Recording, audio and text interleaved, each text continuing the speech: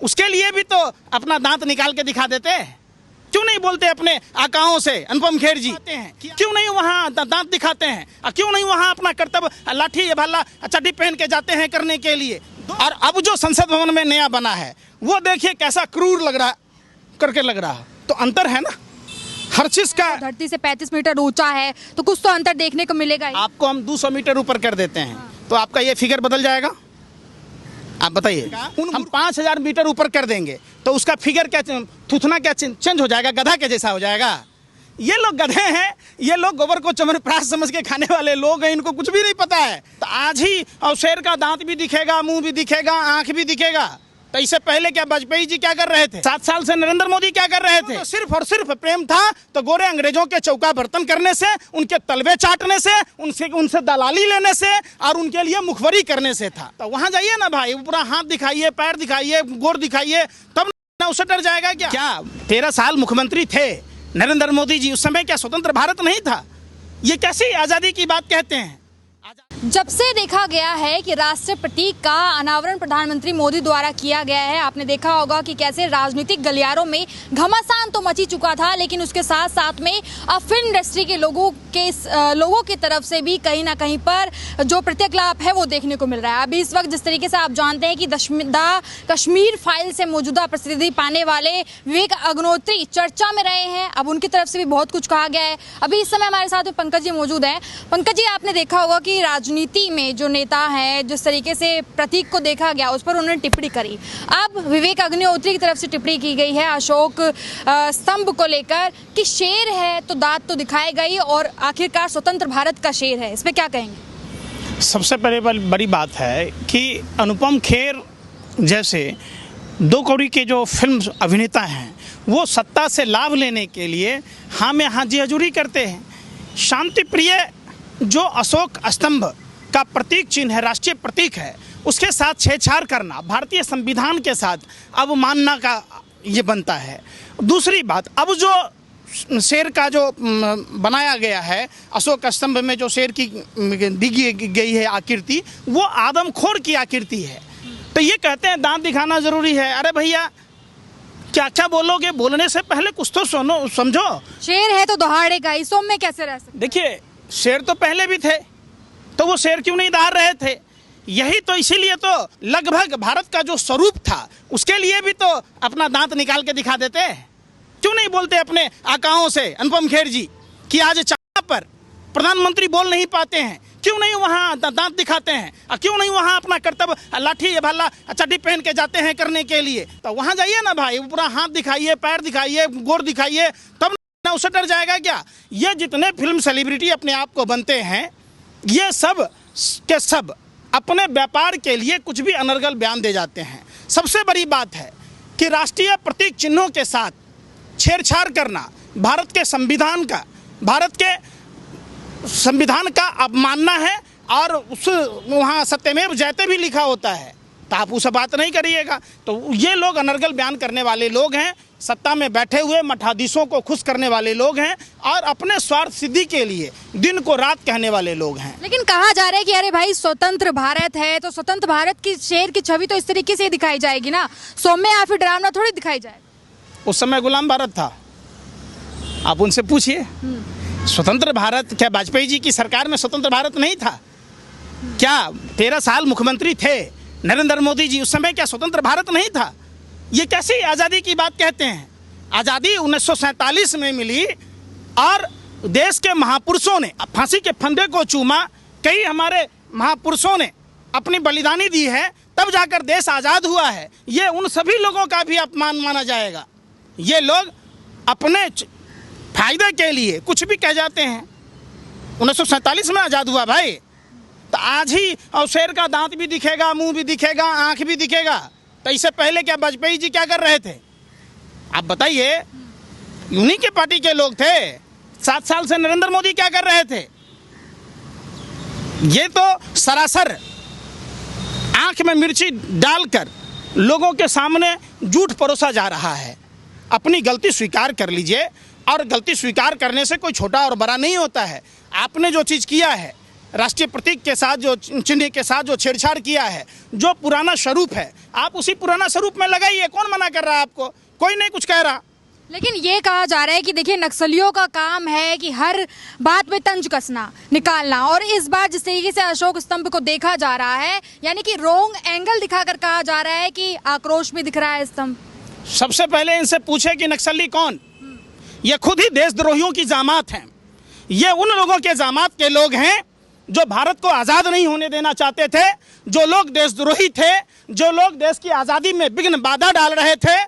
जैसे राक्षस यज्ञ में बाधा डालने का काम करता, ये लोग देश के आज़ादी में बाधा डालने वाले लोग थे। सावरकर हेडगेवार के लोग हैं, ये गोडसे के लोग हैं, ये लोग गोवलकर के लोग हैं। ये लोग नहीं चाहते थे देश आज़ाद हो। इनको देश के जो 3 रंगों का झंडा था उससे घृणा थी। वो 55 सालों तक अपने कार्यालयों पर झंडा नहीं फहराया। इन्होंने बाबा साहब अंबेडकर को नहीं माना। इनको पता नहीं किन किन चीज़ों से घृणा है। इनको तो सिर्फ और सिर्फ प्रेम था तो गोरे अंग्रेजों के चौका बर्तन करने से, उनके तलवे चाटने से, उनसे दलाली लेने से और उनके लिए मुखबरी करने से था। इसके अलावा कोई उनका प्रेम है तो बता दीजिए।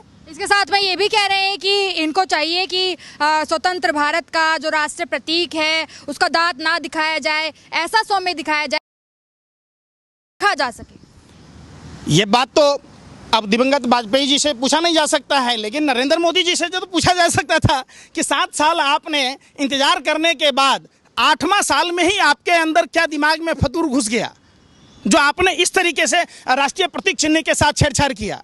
ये सवाल पूछता है भारत।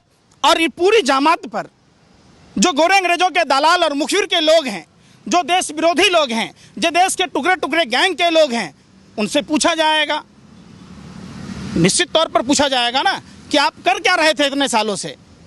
अब विवेक अग्निहोत्री जी कोई आज ही पैदा लेकर इतने बड़े तो हो नहीं गए, तो आज तक जुबान क्यों नहीं खोल रहे थे? और ये क्या बात करेंगे देशभक्ति की? तो राष्ट्रीय प्रतीक को प्रधानमंत्री से जोड़ना कितना सही लगता है आपको? निश्चित तौर पर प्रधानमंत्री को देश से माफ़ी मांगना चाहिए।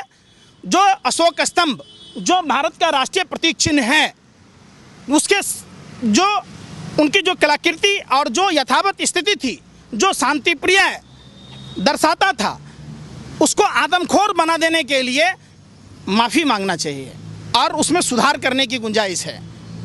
गलती होता है इंसान से, हम मानते हैं कि प्रधानमंत्री जी से ये गलती हो गई और इसमें प्रधान कहीं ना कहीं जो बनाने वाले कलाकार हैं उनसे भी गलती हुई है, तो प्रधानमंत्री को माफ़ी मांग लेने में कुछ तो घटेगा नहीं। लेकिन कहना यह है कि जब बदलाव ही नहीं किया गया है तो माफ़ी किस बात की मांगी जाए? बदलाव नहीं किया गया है।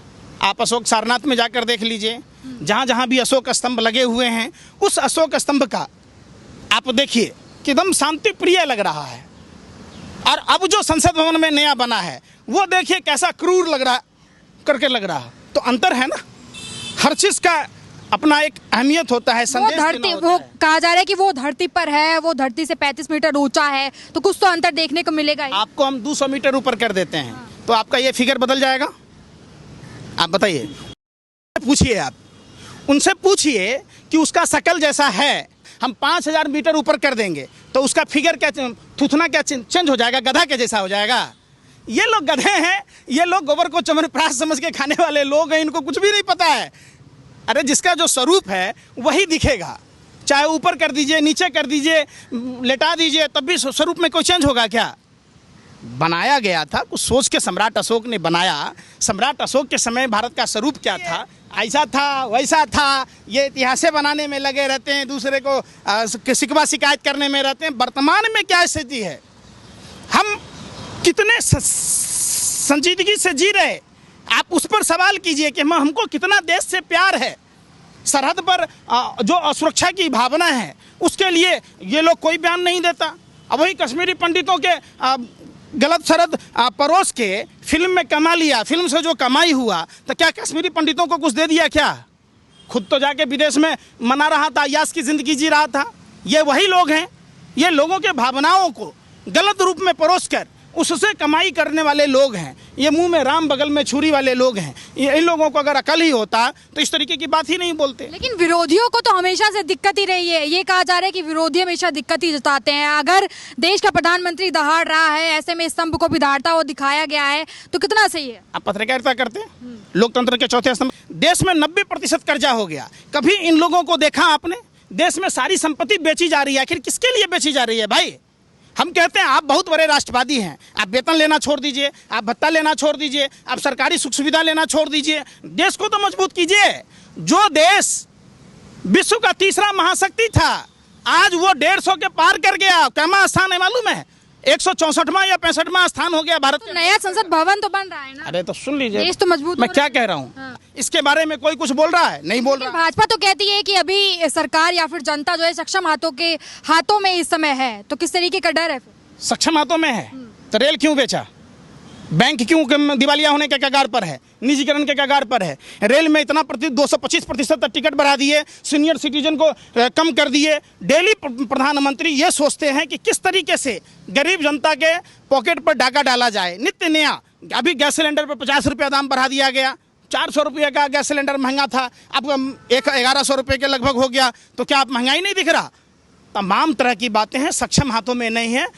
पूरे वर्ल्ड में पहला ऐसा प्रधानमंत्री, कमजोर प्रधानमंत्री और सक्षम प्रधानमंत्री, इतिहास में ये अक्षरों में लिखा जाएगा। आने वाली पीढ़ी नरेंद्र मोदी को सबसे निकम्मा, सबसे कमजोर, सबसे असक्षम प्रधानमंत्री के रूप में याद करेगा।